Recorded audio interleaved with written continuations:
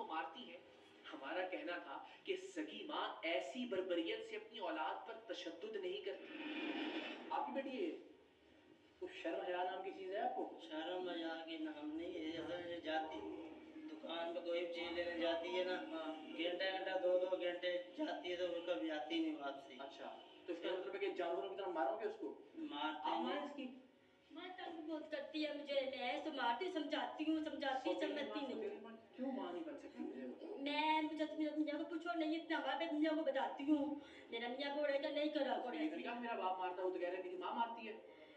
پوچھو برا میں مارتی ہوں, باقی کچھ مارتی ہوں, کا بات نہیں سنتی میری. ایسے وہ بچے نے بات سنتے ہیں. سگی ماں کیوں نہیں ایسے مارتی؟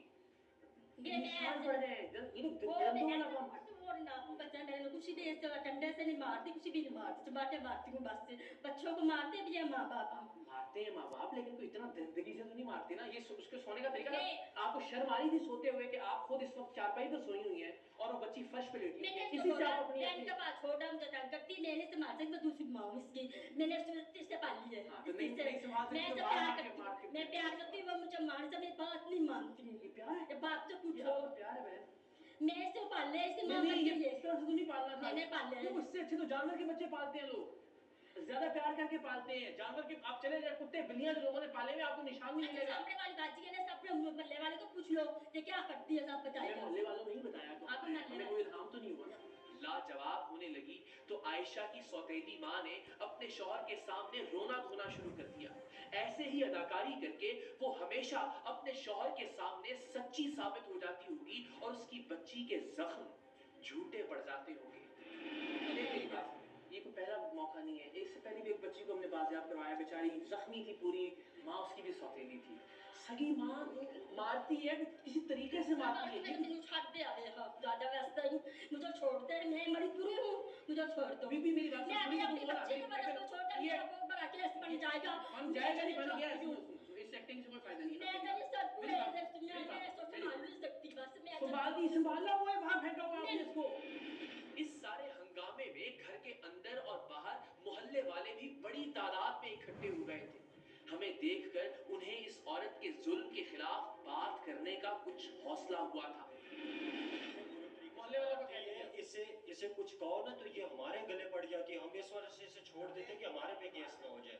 بچی یہاں زمین بہت برے طریقے سے بہت برے طریقے سے مارتی ہے.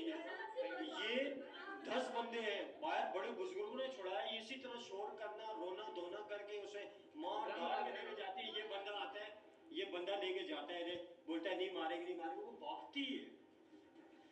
ابھی ہمارے زمین پہ سو رہی ہے. اس کے جسم پہ نشان پڑے ہوئے, دیکھو اس کے جسم پہ بھی نشان ہے. آگے ہو گئے.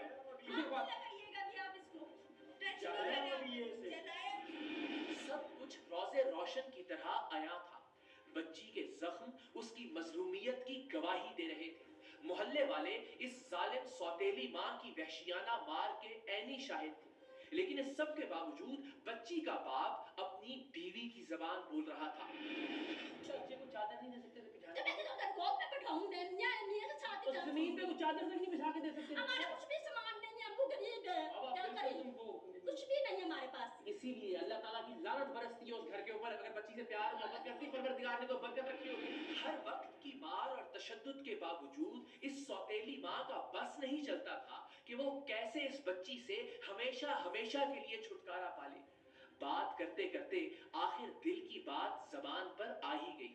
کہنے لگی لے جاؤ اسے اپنے ساتھ.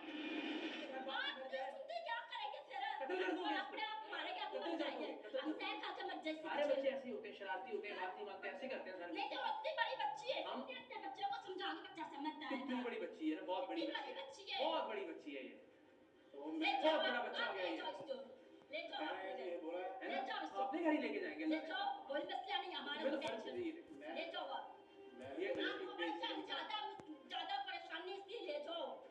ہم لینے ہی آئے ہیں اس کو, لیکن آپ کی اصلیت کا پتہ چلتا ہے. باپ کو شرط دلانے کی کوشش کی تو وہ ادھر ادھر کی باتیں کرنے لگا, لیکن پھر خود ہی مان گیا کہ ماں سگی ماں ہی ہوتی ہے, سوتیلی کبھی ماں نہیں بن سکتی.